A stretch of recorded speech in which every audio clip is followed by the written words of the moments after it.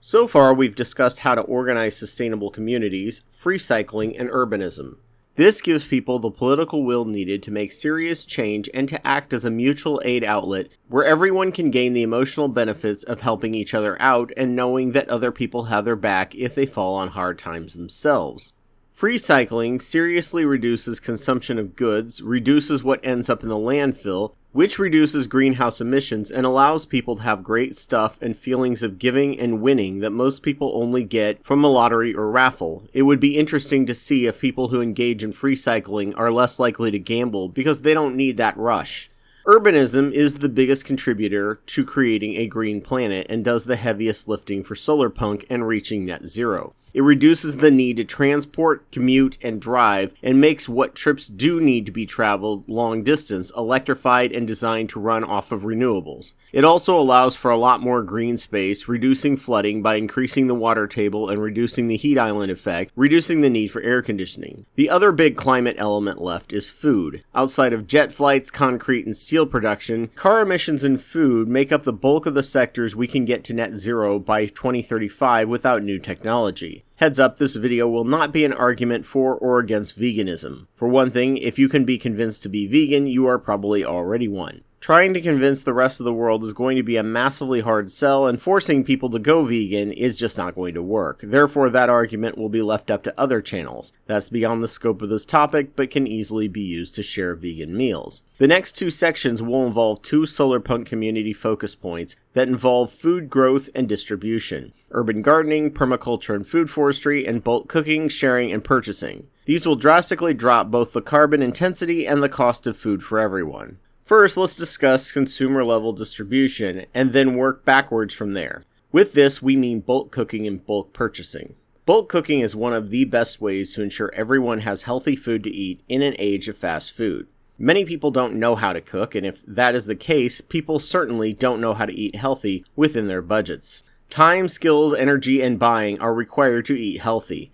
That is why shared bulk cooking is Solarpunk. If your community has this as your focus, you are both hurting big ultra-processed food giants with a massive carbon footprint and adding years onto people's lives. There is also the issue of storage, as there is a reason why the crisper drawer of the fridge is often referred to as vegetable hospice.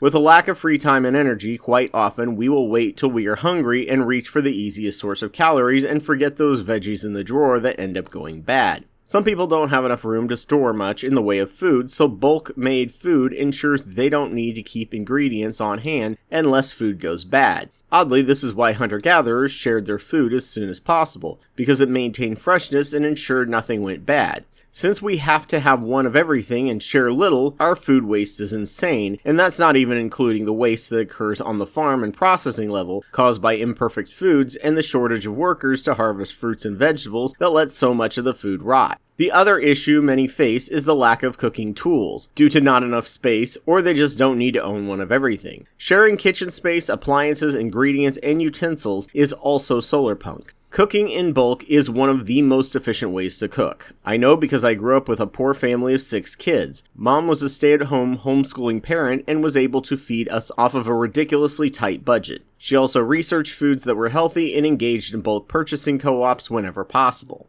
After I left home, I tried to cook, but I had 2 options as a single guy: work my butt off to make food just for me that took only slightly less time than a bulk batch I was raised to cook on, or I could bulk cook and then have nothing but that food to eat off of for several weeks. I would of course do a combo of these things, along with ultra-processed bachelor chow that was quick and easy to throw together, even inventing a few single-person foods like pizza toast, where I would simply toast a piece of bread, then put pizza toppings on it. Since then, I've learned that naan is superior, but it wasn't as easily available at that time. There is a reason why people are buying pre-processed meals like Factor and the traditional microwave TV dinners. They are fast and convenient. If you can collectively replace these ready-made meals with ones using local ingredients and balanced for health, people will be much healthier, and instead of reaching for the easiest ultra-processed or veggie-light foods because they're the easiest and cheapest, people will just reach for whatever was made in bulk by the community, and that will be the easiest food to eat.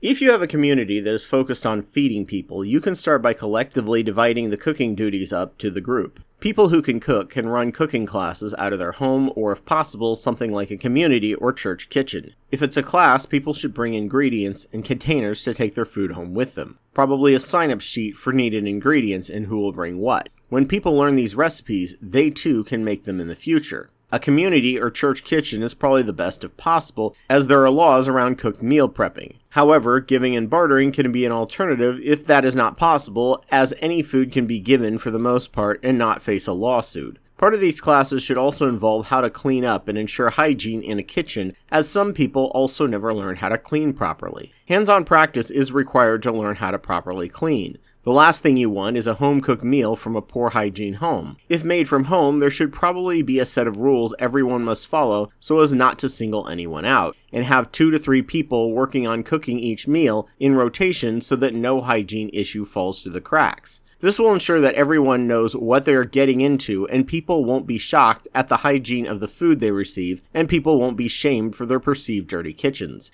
Kitchens can be very personal spaces, and people like things done just so in their kitchens, so people entering this branch of Solarpunk will have to learn how to let some of that go, and use the conflict resolution tricks from the Sustainable Community section of this series. Ensure you discuss this and brainstorm tricks to get around this pain point before you start batch cooking.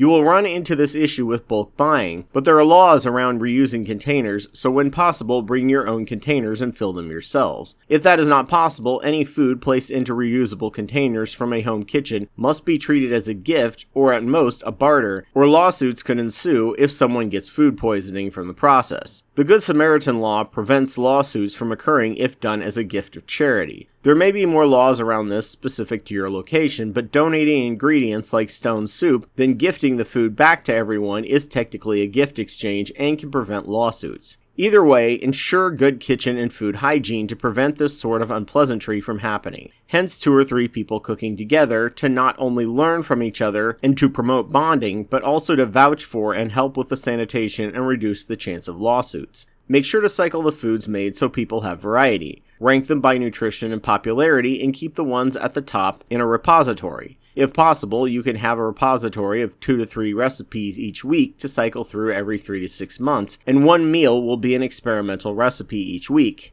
You can also have a seasonal produce recipe in each week during the year to ensure you can reduce the amount of needed imports in transit. Once you have this down, you can start creating external events to expand this service, cooking classes, trading food for their skills and know-how, and signing up for bulk food delivery and helping out in the community, and having outsiders help out in the cooking as a second or third helper and receiving benefits for being in the food sharing community while focusing on their own specific Solarpunk focus. Bulk buying.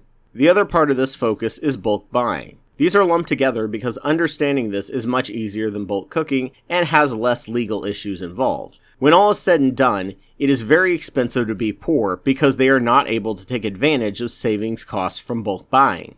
They also don't have room to store bulk products. Buying in bulk is cheaper because producers can be certain of a customer and better track their production needs, and the economies of scale, like with bulk cooking, lowers the initial overhead and they pass these savings on to you. This is where a community of people can pitch in and save money and reduce waste for everyone. The easiest way to start out is if someone has a Costco or Sam's Club card. Sam's Club is the most problematic of the two, but as a way to dip your toe in, it's not bad.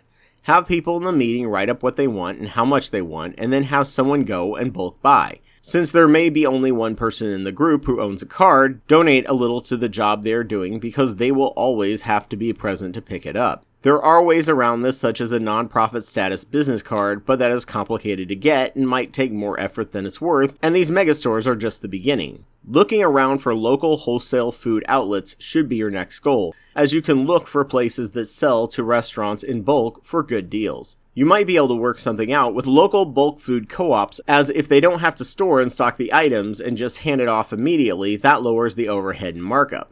If these don't work for enough things, look into wholesale websites to buy in bulk as if you were a store. You can do this for several things and get good deals, including electronics, building materials, appliances, and hardware. Individually, it's hard to change the market by yourself to push them to create ethical products, and the alternatives can be too expensive, but a bulk buy can often make the ethical brand cost competitive with an individual buy.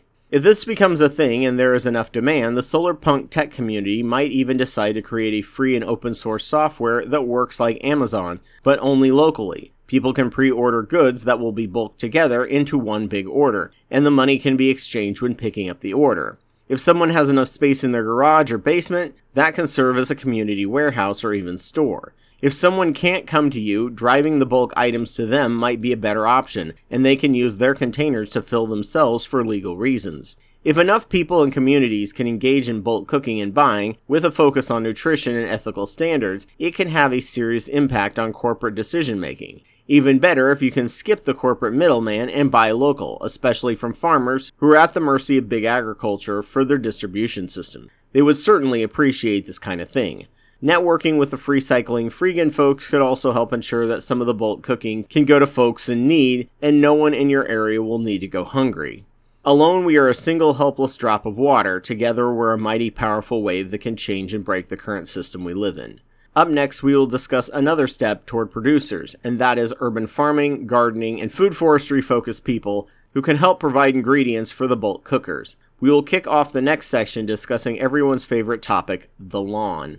Thank you for watching. Please like, subscribe, and share. If you wish to be a part of this project, or want your Solarpunk art displayed discussing any of our main points of focus, please send everything to solarpunkusa@proton.me. There is also a Patreon link for my main channel if you like what I'm doing. For the first section involving community building, this channel will be run directly by myself. After that point, I hope to make this a collaborative project with many people involved, including voice, information, and editing, to make this a robust channel that can spread and grow.